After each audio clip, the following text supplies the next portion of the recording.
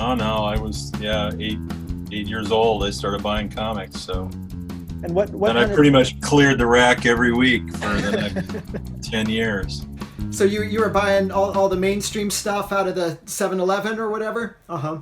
It was a corner drugstore, yeah, in my hometown, with a spinner rack.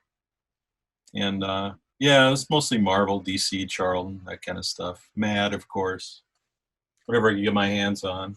And Yeah. then 15 or so, I started, looking at old comics and undergrounds and things like that. It was And tough, there were not a lot of choices back then.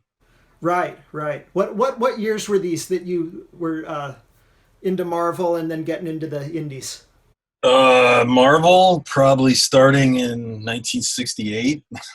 And I was like 8 years old. Really, I mean, super into it like in 1970. So, Uh-huh. just as Kirby left for DC, the big moment. Um, and then the underground stuff, kind of a couple years later, probably way earlier than I should have. But you had to send away for that stuff. You had to get the mail order, the Bud Plant mail order, the Last Gas mail order list. It was just a list, right? A typewritten list out of, I don't know, Cream magazine or something like that. Just what close your eyes and take a guess. Well, maybe this will be good. And what 90% of undergrounds are terrible. So that was like really rolling the dice. what was it, a roll of the dice for that first experience? Like, oh, maybe I should check these out. I'll bet a quarter or whatever. I'll bet 50 cents. Well, actually, I had a buddy who knew more than I did. We always have a buddy who knows more. And he knew that Spain Rodrigues was cool. So I ordered a bunch of Spain Rodrigues stuff. And that was, so yeah, but I ordered a lot of crappy Rodrigues or Corbin. I stuck with those guys mostly.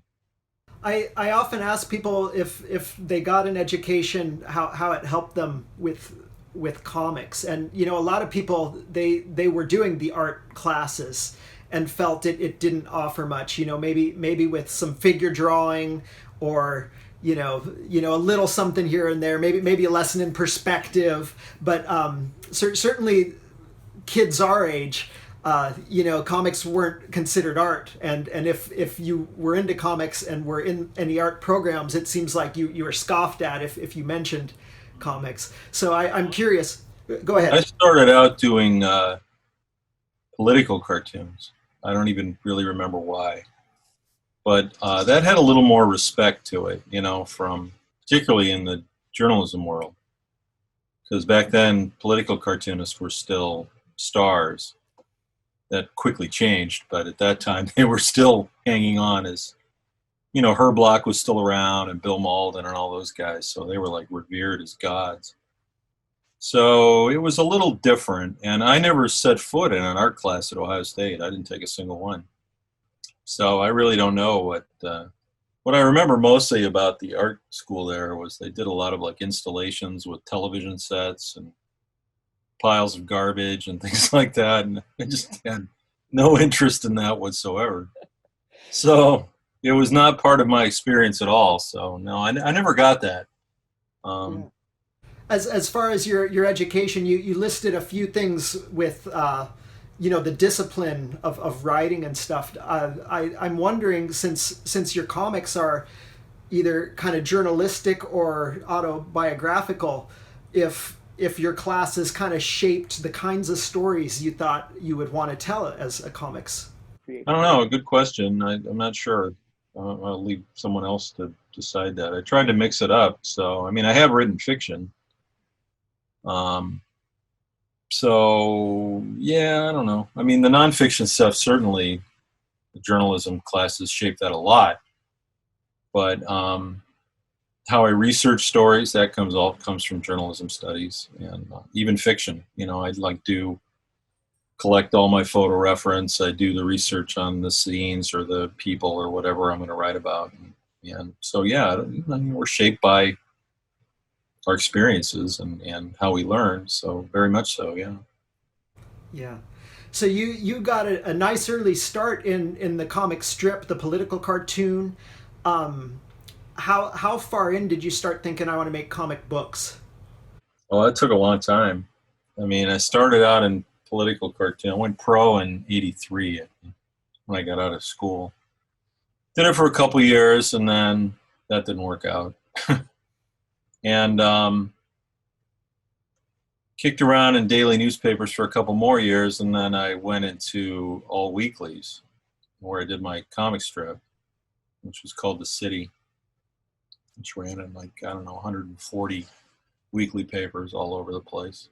So switching over from the papers to the comics, did you have any kind of name that people recognized when you were, soliciting to try and get books made, or did everyone just treat you like an unknown? You'd think I would have, right? Because, I was like in the Village Voice and, all these, but no, it didn't translate at all. In fact, I had one person tell me, who the hell was it? I probably shouldn't bring it up. But I had one publisher tell me, well, we don't take chances on unknowns. And I'm like, unknown? I'm in 50 of these weekly papers with like a combined circulation of 2.5 million or something like that. And it's like, how am I an unknown? But it didn't translate. It was a different, comic strips were different than comic books. It was crazy. I don't know if it's still that way, but it was at that moment in time. So were you still hanging on to the papers as your day job, hoping you could make it into the comics Sure, at that point? Yeah. Well, I was doing both. Yeah, I was doing both. I mean, it's only a weekly strip. It's not like it took a lot of time. So I was doing that, and, doing some freelance stuff, but I definitely started to focus primarily on books in the 2000s. Yeah. With Dahmer? No, with punk rock first. Punk rock. Okay. Yeah. Okay. Yeah. That took a couple years to put together, just because I was trying to figure out how to do this. And then with Dahmer, yeah, when Dahmer hit, then it all changed. That kind of blew up. Yeah. Then there were never any more, people turning me down became like, yeah, okay, we're not going to do that anymore. So, but before we get into Dahmer, you mentioned you pretty much got into professional strips straight out of college. Were you needing day jobs besides the comics at that point, or were you living off? No, I was a professional. I got a staff job as a political cartoonist. Probably 4 or 5 months out of college. Yeah. And I was syndicated too. I with a small syndicate. So yeah, no, I was a pro, like that. That's great. I know people get pissed at me when I bring that up. It's like you go to some indie comics fest, and I don't know. There's like some, oh, how do we make a living? How do we do this? No one can make a living at comics. Blah blah blah. And I'm like, I've kind of always made a living at comics, and people actually get pissed at me about that. It's the weirdest thing. I'm like, sorry, but I'm not bragging or anything. It's just the reality. I mean, it's not. I'm not rich or anything, but I've always made a living at comics. I don't know how, lucky, I guess. Yeah, a lot of people definitely have to put their time in. But well, that's the thing. You really have to. Yeah, you can't screw around. And it's not easy. And I was never under the illusion it was going to be easy. I mean, that's another thing that I would caution people about. If you think it's going to be easy, you're dreaming. And it wasn't easy for, Wally Wood and Jack Kirby, for Christ's sake. I mean, why would there be an expectation that it's going to be easy for schlubs like you and me,